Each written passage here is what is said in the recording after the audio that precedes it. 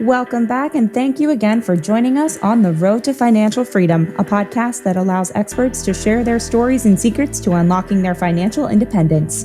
This podcast is brought to you by CamaPlan, a self-directed IRA administrator in Ambler, Pennsylvania, that is focused on educating investors with different ways to grow their retirement savings faster through alternative investments. And today we are recording this episode again remotely. I'm Jess Jones, CamaPlan team member and your podcast host. This week's guest is a former litigation attorney whose deep understanding of lawsuits and experience as a real estate investor led him to share his knowledge with other investors in order to protect their futures. His startup, Royal Legal Solutions, provides service to clients across the country, and his understanding of the real estate game has equipped investors with the tools for asset protection, company structures, financing, taxes, and more. Please welcome Scott Smith to our podcast. Scott, thank you so much for being here today. Yeah, really great to be here with you. Thanks so much for having me on the show. Great. Well, I'm excited to get started and hear some more about your very interesting background and just how you came to find such an interesting niche in this world of financial freedom and financial independence. The first thing I want to hear about is your background, where you were born and grew up and what you studied and where you went to school, all those things. Yeah, well, I grew up in Houston, Texas, and I was raised by, a single mother. We have 3 other siblings, so we didn't have a lot of money growing up, and I didn't really understand money growing up, but I knew I was very interested in it and how did it work, and why did some people have some and other people didn't. Mm-hmm. So, throughout my life, I had really always been interested. I was really always an entrepreneur at heart, and I didn't really like any of the existing systems. I didn't really want to go to school. I didn't really want to go to law school. I kind of just did those things because, well, the right circumstances presented themselves and I had the right opportunity. I said, well, I don't really know what I want to do, so I'll go do that, And after graduating from law school, I had, bought my first piece of property. It was a transmission or an auto repair shop, and it was a piece of real estate and the business. And I ran that during law school and flipped it to graduate without debt from law school. So that's where I kind of fell in love with real estate and fell in love with what you can actually do with owning businesses and running businesses. And since that time, I had just continued to scale, buying more real estate while I was working as a litigation attorney, suing insurance companies. And I ran into a lot of problems that real estate investors typically have. Once how do you do the LLCs and the taxes and the insurance, the entity structuring, the estate planning, the bookkeeping? So I had to figure all that stuff out for myself. And pretty soon people were asking me, hey, Scott, what are you doing to do all this management? And I showed them and I said, well, can you help me put that together? And from there, I just essentially accidentally started a law firm called Royal Legal Solutions, just helping people do the things that I had to do for myself as a real estate investor. That's really cool. And one thing I found very, very interesting and cool is that at a certain point in your life, you had decided to go to Mexico and then from there started cage fighting and being involved with the MMA. Could you care to share a little bit more about that? I thought that was really interesting. Sure. Yeah. Well, I didn't really know what I wanted to do after I got out of high school. And I thought going to college sounded stupid. Like it didn't seem like anybody coming out of school was actually very much smarter. Yeah. It looks like they had a bunch of debt.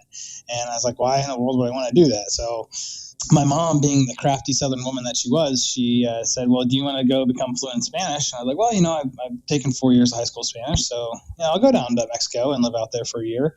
So I flew down there and I realized that I didn't actually know Spanish. So I had to enroll in school to learn Spanish. And that's how my mom, got me into the school system to get, finally go and get my undergraduate degree. But I got an undergraduate degree and I graduated in 2.5 years from my undergraduate because I had all of these advanced placement credits from high school and then the school that I'd taken down in Mexico.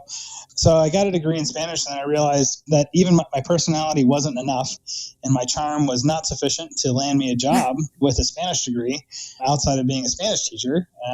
People told me, said, if you would have taken just a single business class, I could get you a job here, but you literally have nothing on your resume that's useful to be able to get employed. So what I did is I became a tutor.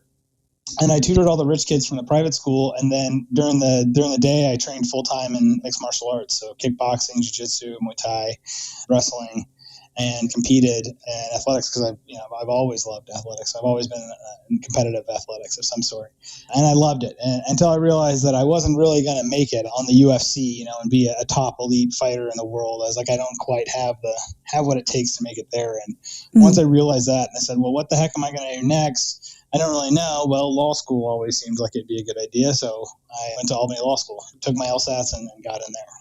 That's really cool. Cool. And I know for a fact I can relate to the idea that high school Spanish just isn't enough to cut it. I am currently teaching myself the language all over again in Duolingo right now, so I can relate to that.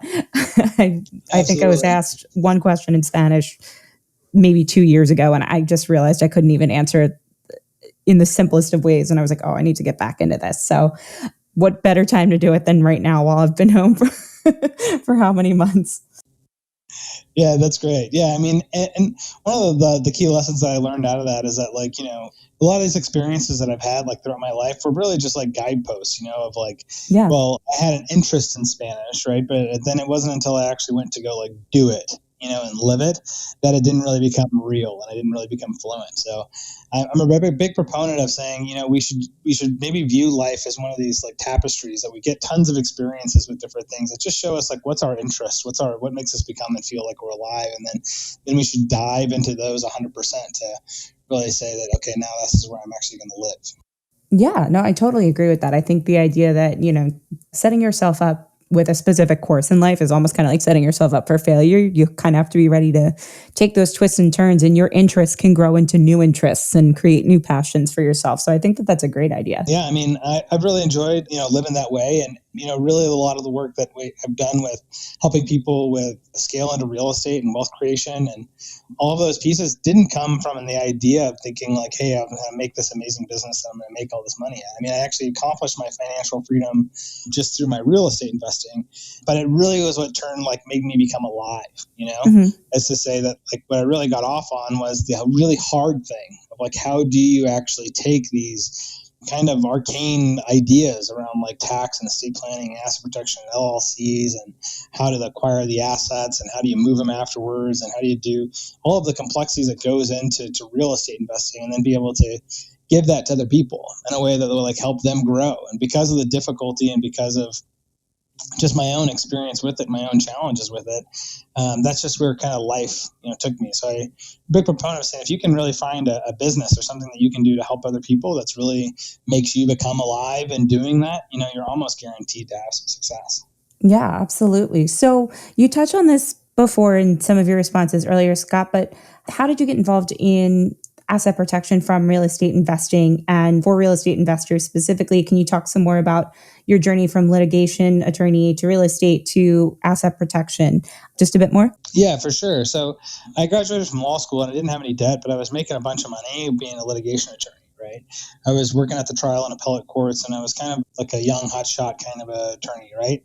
That you might typically think of, right? I mean, I was, working the 80, 90 hour weeks. I had really prepared through law school to be really good at that skill set. But what I didn't realize is that, like, even though if you're really good at something doesn't mean you should do it for that many hours every day.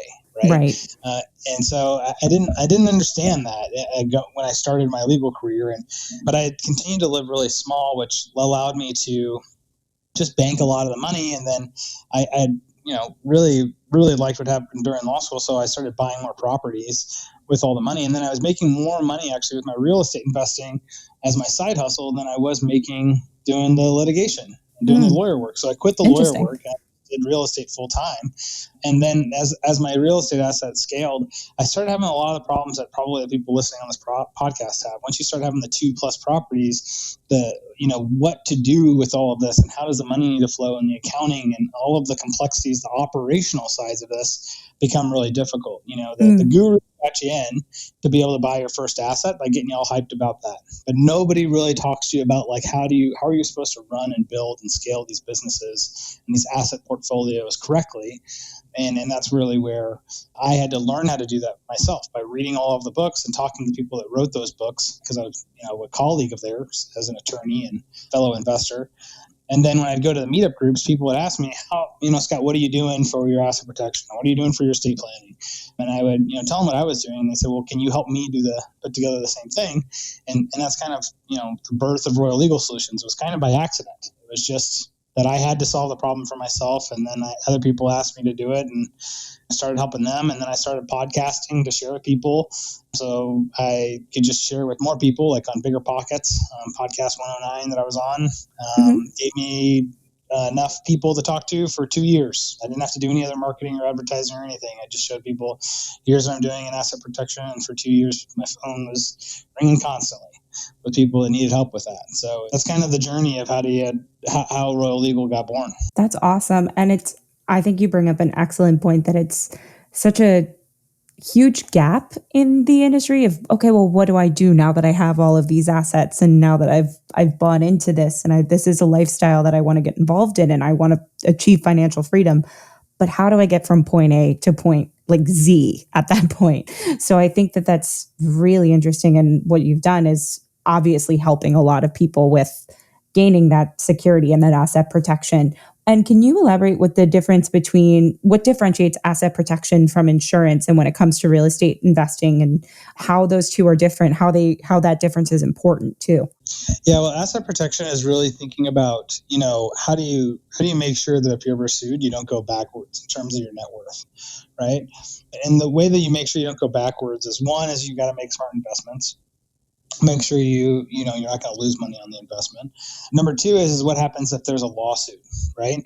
So if there's a lawsuit, we always hope that an insurance company is going to step in to protect us, but insurance companies are profit-seeking corporations, and we've seen it all the time that insurance companies will deny coverage for things. And they're the ones that actually decide if they want to deny coverage on it. There's nothing that stops them from doing that. What you find is that anytime claims get expensive, that's when they deny coverage, and that's where you really need it the most. So I'd say, like, if you have an insurance policy, you're about 80% protected. But if you really want to be 100% protected, you need insurance policies, and you need one or more LLCs or a series LLC to really make sure that you control your own protection. Because once you combine like a series LLC and then also have insurance, if there's ever a lawsuit, you hope the insurance company picks it up to take care of it for you. But if they don't, you have a series LLC in place that compartmentalizes every asset. So that way, at worst, you just lose one asset. You don't lose all your other assets, and they can't come after you personally. Great, thank you. And so you mentioned how Royal Legal Solutions was born and essentially what it does for its clients. So what are some of the other benefits people can expect from asset protection? Or what are some of I know you talk about at least those 5 pillars in really cool graph that you've shown me, or an image that you've sent to me, and I wish I could project it to all the listeners. What are some of the top asset protection techniques that you use to help your clients implement, and how have you seen those benefits play out? Yes, I think what you're referring to is like what we call it the Freedom Temple. And it's like, here's the infrastructure you actually need to build for your house of financial freedom, right? And in that temple, it's on the homepage of our website, royallegalsolutions.com. And it has it, you can see the 5 pillars. And it talks about like how you need to have anonymity, how you need to separate the operations of your company from the assets of your company, how you need to compartmentalize every asset. So that way, if there's a lawsuit against one asset, they can't go after any of the other assets, et cetera. So it's really like the 5 main tenets of what it is that we focus on when we're thinking about like what makes the best asset protection. So what makes it like special with what it is that what I've created at Royal Legal is that it's not just that we get to the objectives that we reached, right? Like almost any attorney that has some decent knowledge can get you to the end objective of the protection. Where the magic is how do you get to the end objective while making it streamlined for your taxes, while streamlining all of your banking through a single bank account and single EIN number and a single tax return, while still being able to close on properties using conforming loans and being able to transfer those into your entity structure after the fact. How do you make sure that you're going to have anonymity, not just on the formation of your company and the initial filing when you're holding the assets, but you're going to have it year over year. It's all of the complexities of the nuances of how do you actually run an active business while getting all of those objectives and making sure that it's also streamlined for operations to save you time, as well as streamlined to make it where it's not expensive. Our average customer coming into Royal Legal Solutions typically spends somewhere between $3,000 to $7,000, right? That's not that's not cheap, right? That's not a cheap solution, but it's much less expensive than the $20,000 to $25,000 that previously existed with the old models of how people would try to go to accomplish these same objectives. I agree. Yeah, I was like, well, that's compared to some other numbers you hear. I think that it's really drastic. Yeah, how different it is. Yeah, and that's really the goal, because the mission here at Royal Legal Solutions and with my company, and my goal, what drives me is actually saying, like, how many people can we help, right? How many people does this actually mean that we're actually able to secure their financial freedom? Because at the end of the day, it's everybody's working really hard to make all of the money, and a lawsuit in this country can be for an unlimited amount of money. So it can just completely wipe you out. Like, I had a friend of mine who had insurance policies in place, and he lost over $3 million from a single lawsuit. It was a breach of contract action, and he thought, hey, I got the insurance, I'm protected. But what he didn't know is that your insurance only protects you against just mistakes, like simple mistakes called negligence, like a slip and fall on your property. If somebody says that you defrauded them from an email that you sent, and that you lied to them, or that you broke a contract with them, or that there was a health concern on your property, none of those things are covered by your insurance. And people typically just don't think about that. Yeah. Wow. I'm thinking about that and thinking, I just went through every email I've sent in the past 6 months in my head. But so what are some of that? You bring up a good point in the example of your friend is, you've probably seen a lot of things over the years that have informed the way that you've adjusted your strategy to help people who come to Royal Legal Solutions. So what are some common things that you've seen, or anything that you've seen, or stories that you've encountered that are maybe helpful tips for listeners now so they can start avoiding falling into those pitfalls? Well, the reality situation is you can't avoid making mistakes, right? You can't avoid making mistakes because avoiding making mistakes is actually much too costly to do. So what you need to find is, like, what's the right way to operate, knowing that mistakes are going to be made, right? And the things that asset protection, having good insurance combined with LLC structuring and trust structuring to hold your assets anonymously and compartmentalize them, so that way if you're ever sued, you lose little or nothing, is that you can afford to make a mistake here or there and have everything be okay. The reason why is that I'll give you an example of a lawsuit that I actually defended, because we don't just structure these and put them in place. We actually help our clients maintain them to ensure that they're actually run correctly. And if they're ever sued, we help advise them through that lawsuit. So that way, everybody who's a member of Royal Legal Solutions knows that there's continuity throughout their life. They're not going to be just throwing a bunch of papers and say, okay, well, good luck on operating this correctly and actually using it. And when people do that, they almost always do it wrong. And the power of this is that, I actually had a client of mine that got sued and was using a series LLC, had the asset, was a flip that she had done. She flipped the property, sold the property out of the child series and the corresponding trust that we had put together for her. Then there was an email exchange, and in the email exchange, she made a statement in there about plumbing being replaced in the property, and it was kind of a confusing statement. And the person that bought the property thought that all the plumbing in the house had been replaced, but all the plumbing in the house hadn't been replaced, and there was a leak, and it caused $75,000 in damages. So they came and tried to sue, my client, and we actually were able to get the lawsuit dropped completely because of the series LLC structure. Because of the strength of the structure, allowed us to be able to use that as leverage to be able to push back against the lawsuit, such that the business decision of suing my client didn't make any sense. Now, you'll see it in this analysis. It doesn't matter whether my client, what she said. It didn't really matter what the law was there. What really mattered is that the asset, that she had been using the right structure and the sale of the asset to compartmentalize that asset. So in this way, we can afford to make some mistakes as we go along and know that we don't really have to pay any big price for making those mistakes. And that's the true value of having a solid structure in place. Yeah. So you bring up structure in this example. I'm curious, you've mentioned a couple of different ways that folks can securely structure investment deals or things like that. What are some other helpful tips when it comes to structuring, or helpful anecdotes that you have maybe that'll help inform investors that are starting out too, and that are just like, okay, well, how do I begin structuring? Like, I think this is a new concept to me, I know, at least, and I'm curious what other insights you have on that. Yeah, so I think everybody should have a legal structure put in place. If your net worth is over $50,000, or you make over $50,000 a year from non W-2 income, a structure in place will be beneficial for you. Some type of structure. Mm. So at the very beginning, and the very simplest structure to use is just a traditional LLC. A single LLC to hold your assets. So that way, if you're ever sued for the work that you're doing, people can't come after you. I'm sorry, they can't come after your assets. They can come after you all they want, but all of your assets are held by a company, and they can't go after that company. Right. Now, if you wanted a little bit better protection, what you would do is you would have one LLC that would hold all of your assets, and then you would have a separate LLC that does all of your business, right? So all of your contracts get signed into that LLC. All of your communications through emails go through that LLC. So that way, if somebody ever decides to sue, right, well, they can't sue you personally because you were acting through that LLC. So they can only go after that LLC. And by the way, that LLC doesn't have any assets because all the assets are held in a completely separate LLC. And in that way, they could sue you all day long, but all they're going to be able to do is make you shut down that one LLC that you were doing business through, and you just start up a new LLC and keep running your business. Now, why is that important?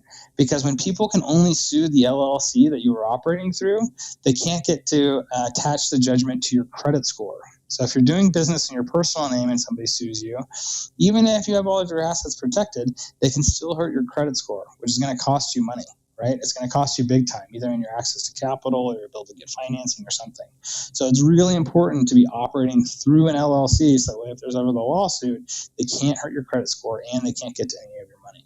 Interesting. So I'm curious then, in terms of structuring a team, or like a team of people to be involved with your investment deals, who makes up, I think you mentioned in some of the research that I've done on your background, Scott, having an investment dream team. Who makes up that investment dream team?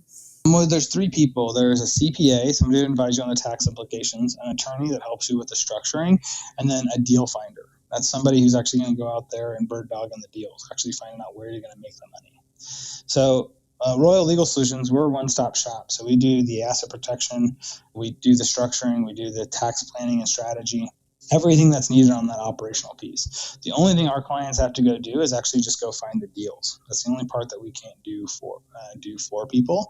And really, as an investor, that's the part that you probably were intending to do all along. Right? You were probably intending to go out there and find a deals, or find where you were going to push the money. But if you think about it, like from this the highest level terms, you want to be protecting yourself from the lawsuits and making sure your structure is savvy. You want to make sure that you're getting into the right deals. That's going to be your return on investment. And then the only other way that you can really lose money if you're getting into the right deals is because you don't have the proper tax strategy. And that's why you need a CPA involved to make sure that you're going to be optimized for taxes. Great. Awesome. That's really interesting. I think then that leads me to kind of a more personal question in terms of what you've seen from your own experience, or from the experience of any clients you've seen. What are some characteristics or traits that make up a successful investor, or make up a successful partner that you're investing with? Typically, what you're going to find is the most successful investors always are action takers, and that they're detail oriented types of people, right? So if you're a high action taker, and you either naturally pay attention to details, or you can create mechanisms that make you do it, like checklists, right, as a great way to do that, to make you pay attention to all of the details of the deal, you're almost guaranteed to be successful, because most people just can't even do that. Like, the field of like what the competition is out there is actually pretty soft if you're willing to take action and you can pay attention to details. Awesome. That's really interesting. I think the idea of being active and willing to, fall, make mistakes, whatever you want to call it, I think is really interesting. I think everybody has kind of across the board said, okay, well, you want to work with people who are go-getters and action takers. So I think that it's really interesting to also hear that from like a former litigation attorney standpoint. So thank you, Scott. So how does structuring or any of these deals, I'm curious, since we're a self-directed IRA company, do you have any clients who participate in this type of investing with self-directed IRAs? And how does structuring and things like that play into when someone's using their retirement account to make these investments? Yeah, so inside of like a personal asset holding, you always would think to use like a series LLC to be your personal asset holding, establish that in Delaware, Texas, Nevada, or Wyoming. And from the full faith and credit clause of the Constitution, you can establish that LLC in one state and use it in any other state, right? And then you have the operating company that protects you personally. Now, all of your retirement accounts, like your 401ks and IRAs, those are already asset protected, meaning if somebody sues you, they can't come after that entity. However, there's two other things to know about the retirement accounts. The first thing to know about the retirement accounts is if there's a lawsuit directly against the retirement account or an asset of the retirement account, everything inside of the retirement account is now exposed, right? Mm-hmm. So it can also be important, depending upon how risky of the things are that you're investing inside of your retirement accounts, you might decide to have your retirement account own an LLC, and then that LLC in turn own that particular asset.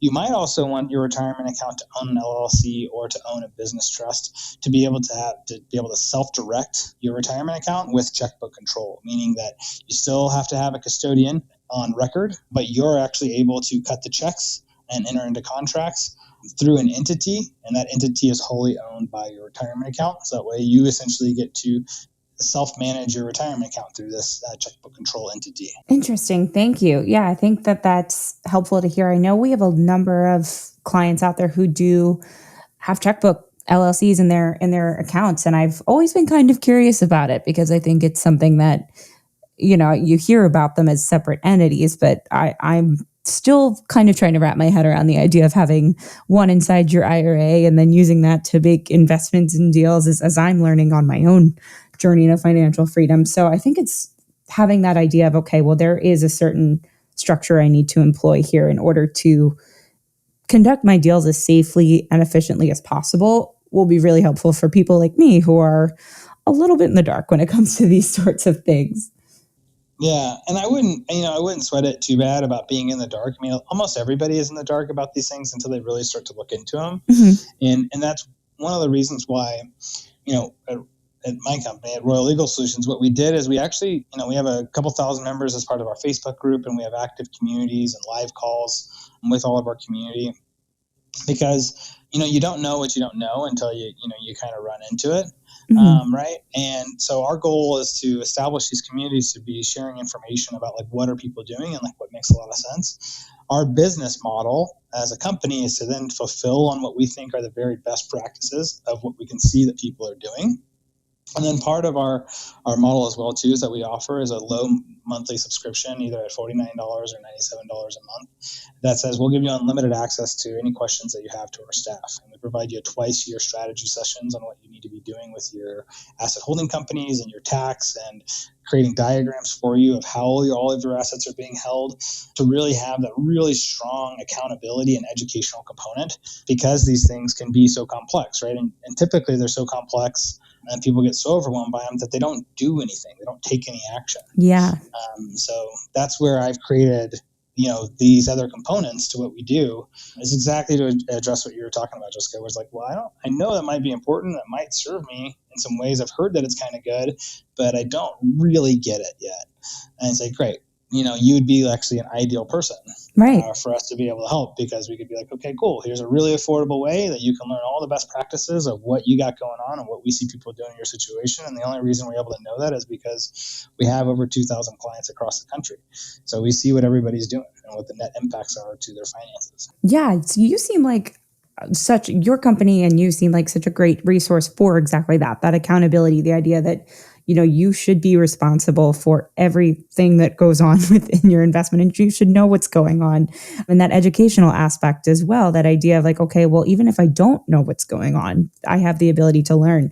So I guess I'm curious, how do you keep up with all of the changing things that are happening, even with all the new changing tax laws that have just gone on with the Secure Act and now the CARES Act that's come out of COVID-19. And how do you keep up with those sorts of things? Or do you have resources that you go back to? Or I know you've mentioned that, you work with investment groups and things like that. So how do you stay up to date and how do you continue to learn?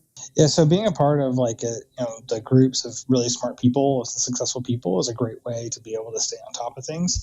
If you're just out there in the wild trying to figure it out on your own, what one of the things is that I had to build that team for me personally, and then that team has become incorporated inside of Royal Legal to make for tax optimization, tax strategy, legal compliance, right? So we're a team of about 17 people and a number of tax professionals as well as attorneys, paralegals. So what that allows us to be able to do is to do that research and see where does this actually apply to our core people that we help, which is going to be the real estate investor, somebody that owns 2 or more properties.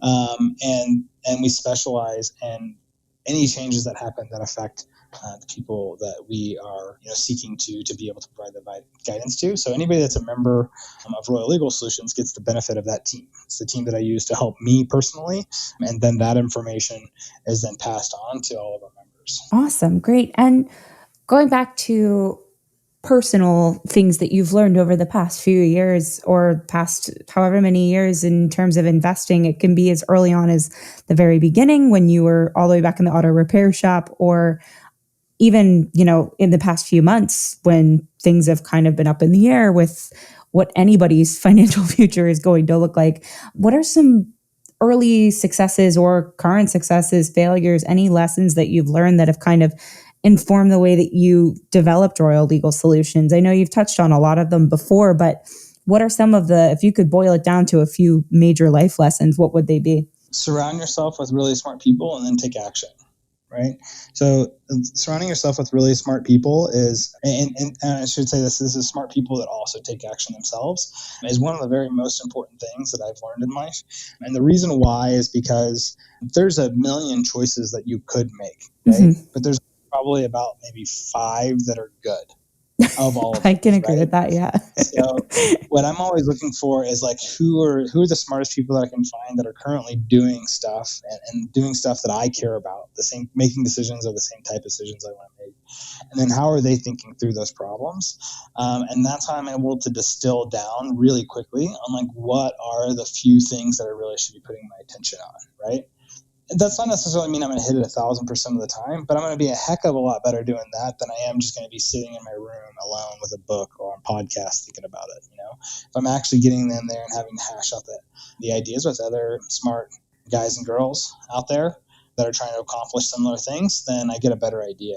And then the key piece after that is to take massive action towards it. So once it is that I know what it is I want to do, then it's just all in on taking action on that thing until I can just drive it into existence. So it's really just about, find the problem, who are the smartest people that I know are taking action to solve a similar type of problem, then distilling out what are the lessons I can learn from them and deciding what do I want to do and take massive action on it. Right. Thank you. I think that's really interesting. I did comedy and improv and stuff back in college. And even I found that that you can self-teach yourself only so much. And then at a certain point, you start to seek out other people.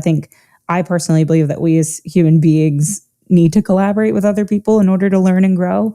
So that even just on that scale, in a completely different universe in comedy and theater, just finding like-minded people, seeking out the smart people who were go-getters and teaching themselves in a completely different way than I was teaching myself was what drew me to other people. And I think created probably the most successful comedy back in that point in my career. And oddly enough, that led me to coming to CamaPlan and being at the front desk and then working here and producing a podcast. So it's just funny how taking those steps of action can lead to all those different steps in your journey. So thank you for sharing that, because it's it hit home in a way. Absolutely. Yeah, for sure. So I'm curious too, you invest in 10 different states. Is that personally in terms of, do you still invest in real estate personally, or is Royal Legal Solutions kind of taken up most of what you do now? I'm always actively investing, right? So it's at any given time, I can be in as much as 10 or sometimes even more states, Hmm. And I'm also branched out into just about every asset class. So, whether it's notes or hard money lending or apartment complexes, single family residences, land investing, commercial, it doesn't really matter. What I'm always looking for is, where is going to be the right kind of deal that I want to get into at any given time, and that I have so many investor clients. I have so many deals that come across my plate, right? So I get to really kind of pick and choose and actually learn from my client base about how they're thinking through deals. And I got to tell you, like, my client base is better real estate investors than I am. Yeah, I think that's interesting that I love that idea that, yeah, I'm learning from the people that I'm helping too. I think that that's really cool. Yeah, and so it's kind of neat. Like, I know more about some aspects of like operational pieces for them and tax and other things that I might other clients have been working with. But I got clients out there that blow me out of the water with how they can analyze an apartment complex deal. Oh, I think that's awesome. I think that's a great mindset to have. Like and I know that your big thing is just based on, the conversations we've had and the information you've sent over about, your background with Royal Legal Solutions, is that you're big on helping the little guy and standing up for the little guy. And I think that it says a lot about the fact that you're like, I'm still learning from them too. I think that that's awesome and says a lot about the kind of people that investors should want to have on their team. Yeah, I think you want to be working with people that you can learn with. Yeah. It keeps it fresh. Also, because you want to constantly be like learning and evolving to stay like on whatever the edge is going to be. That we're in an information age now, right? Where Hmm. it's purely like the quality of the information that you have can make or break whatever your success is going to be. And you're not, by the time things typically become widely accepted knowledge, the opportunity is already passed. So you need to be with the people that are on there on the front lines that are living it every day if you really want to be making the very best deals. Yeah. So what is does your legal background kind of help with determining what some of the differences are in different states in terms of acquiring or protecting and managing properties? Or does that kind of come with the territory of, oh, I'm learning from things that my investors are doing all over the country, or my clients are doing all over the country? And do you have any particular states that you think are more favorable or unfavorable for different types of assets and different types of investments? The what assets you want to get in different states, it's going to be an ever-changing conversation, right? Right. There's some like best fit kind of pieces that you want, right? Like, if you're going to be getting rental property, you probably want states that are very landlord friendly, right, with like quick eviction times, that kind of stuff, right, Hmm. when it comes into it. But the very best thing to do is actually to start to join investment groups. Join our community at Royal Legal Solutions if you want, or join other investment groups, and just see where people that are analyzing deals like every single week are finding opportunities and talking about those opportunities. You want to be looking, as a best fit, you want to be looking at any active asset class that you're looking at. You want to be looking at least 10 deals a week. I'm into that. So if you're just starting to get into real estate, you're wondering like, hey, why can't I scale as fast as I want to, or how come I'm not finding the right deals? Just start getting into the practice of looking at 10 deals a week and analyzing those, and then you'll find that just by that practice, you'll start doing the right things. You'll start getting into groups. You'll start finding the more opportunities that will present themselves at that point. That's a really helpful tip. I think starting with overloading, especially in the age of information too, you start to see that there may be things out there that aren't entirely factual or totally correct or completely thought out. And you can start to dwindle down from all of that quantity where the quality is. I think that that's a really helpful strategy to employ, especially for new investors, which if anybody out there is listening and is new and is deciding like, oh, this is a good strategy, this resonates with me, I think that that's a great way to start out. Yeah, I think I found it to be like one of the surefire ways to success, is that you have to connect with all of the smart people. You have to be in there doing the work. And if you're in there doing the work and you're analyzing the deals, then the people will want you to be a part of their group because you're actually putting forth the work. Though you won't be invited to the groups if you are just coasting and asking everybody a bunch of questions about stuff. But if you're actually trying to struggle with doing the actual analysis, you'll find that people will actually want to work with you and teach you. Yeah, definitely. And I think that that's a great point, is asking questions can only take you so far. And it goes back to the major lesson that you learned: taking action is where you really start to gain credibility in this community, no matter how well that action turns out. I think that that's a great idea. Yeah, I think, taking the action is really important there. Also, like having better information, about, any particular subject matter, right? So a lot of the people that will listen to me on a podcast will, I'll hear from them from the grapevine, like, oh, I'm coming to you, Scott, and I'm going to set something up with you. And then, by the way, I also talked to my group about the things I heard about you in the series LLC, and how do you help people scale, all over the country with their real estate holdings. And now those people are coming too. Well, that means that like they found, nuggets of information and then brought that to the group, right? So, if you're listening to this podcast and you've heard me say a few things about series LLCs or anything else, right? Or just how to approach, the idea of real estate investing. If you take those back to your group and share with people about like, here's what I learned, that's really valuable, because then you've distilled new information to introduce that to the group, and that makes them want to, further include you with other things they have going on, because now you are providing value in terms of screening information and distilling it down for them to make them a better investor. So just finding ways that you can increase how much value you're bringing to other people, even on like the day-to-day and the conversation level, is really important. Yeah, absolutely. I completely agree with that. Is in addition to investment groups, are there any tools or resources, whether online, books that informed your investment strategy or got you started, that you would recommend for anybody listening now that's still looking for ways to start educating themselves and start taking action? Yeah, well, I actually release a new book every single month through my Facebook group, the Tax, Legal, and Asset Protection Secrets for Real Estate Investors Facebook group. And so that's really, we've taken, here's the collective knowledge of any particular subject matter, and created a new book on it. And I pay a writing team to put that together, for you guys, for everybody, with a new topic every month. Whether it's going to be about the series LLC or living trusts or land trusts or estate plans or whatever the case may be, whatever the subject matter is, we're covering that month.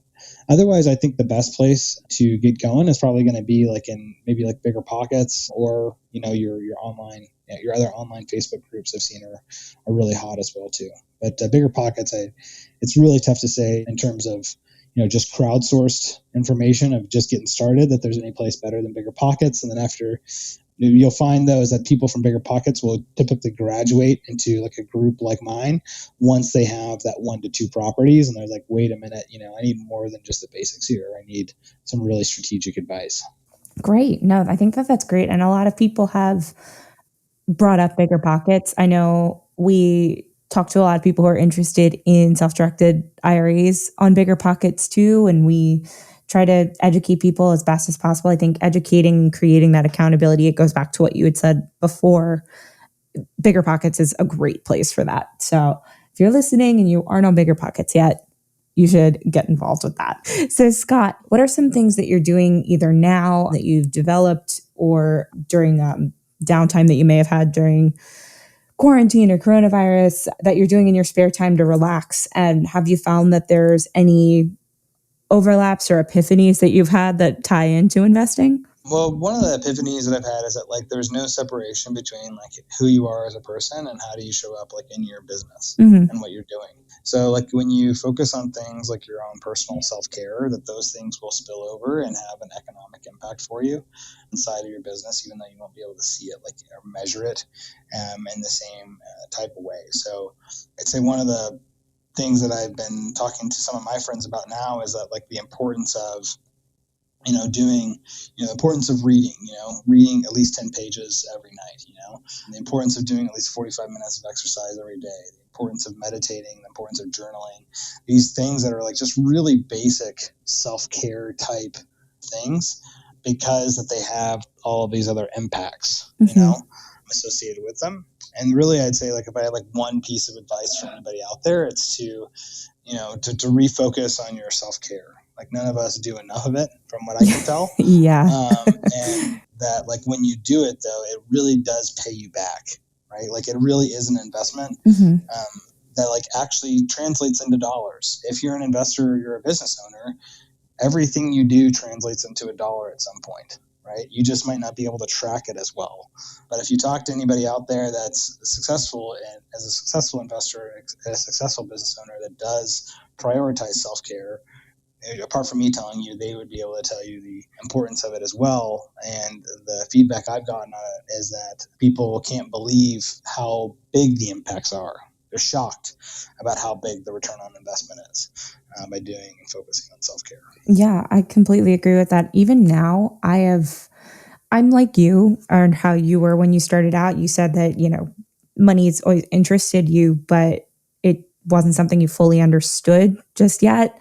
And I think that even now, focusing, and I've gotten back into journaling, doing things like that myself, I'm able to actually not stress about the whole concept and the idea of money. And I can actually sit back and look at things from a much clearer headspace. Like, I'm trying to figure out buying a car right now, and it's my first car purchase, and something that really would have overwhelmed me 6 months ago. I'm actually able to sit back and be like, okay, well, I don't know what an interest rate is just yet, but I can actually sit down and let myself embrace the fact that I don't know it. I will understand it. It will come in time, and I'll make the right decision for myself. So I think that that's a really great key to success. I'm wondering, Scott, if you have any other keys to building wealth and unlocking your financial freedom. We ask all of our guests this, but it doesn't have to be financial. Kind of like you said, one of the biggest things, take care of yourself. But what are some things in addition to the major life lessons you've learned that have informed the way that you look at success? Yeah, so the next biggest one that I would look at, that I use and that I use for all of my clients and members of our Facebook group, is as our financial freedom one sheet. And it's a one sheet piece of paper. You can get it all on just one sheet of paper, and it actually maps out for you what is your journey to financial freedom going to look like.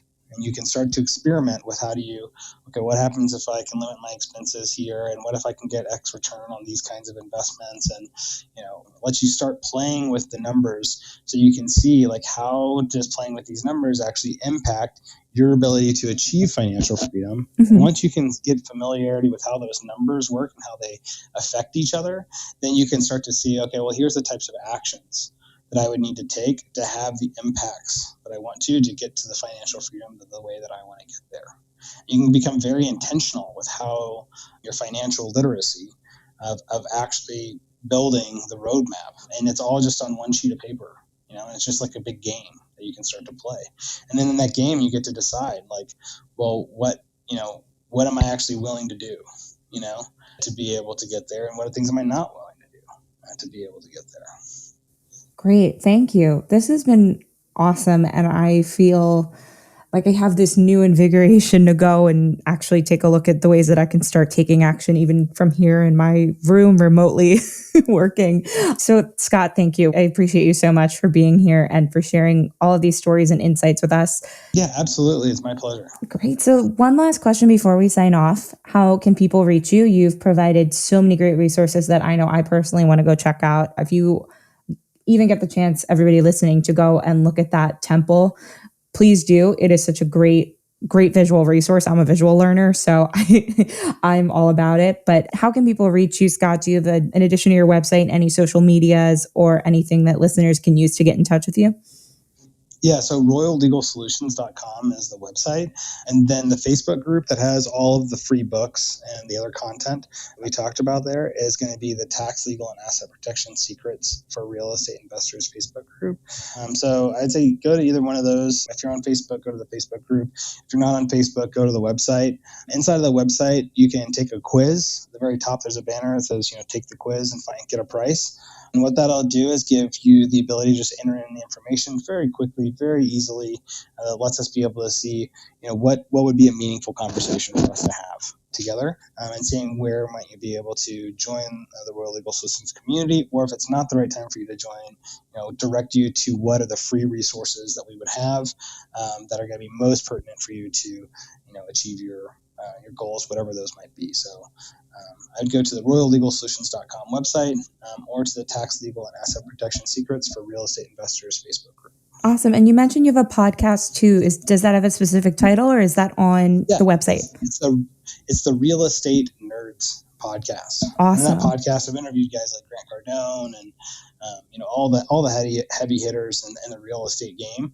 And what we were working on and what we are working on in that podcast is what are all the best practices and what are the insights into the mindset that either leads people to making great deals or horrible deals. Awesome. Well, I have to check that out, and so should everybody listening. Thank you again, Scott. This has been awesome. Great. Thank you so much. Of course. So everyone listening, tune in next week to hear more from our experts who have paved their roads to financial freedom, or you can call CamaPlan today to learn more about how you can start taking control of your future wealth. Thank you, everyone.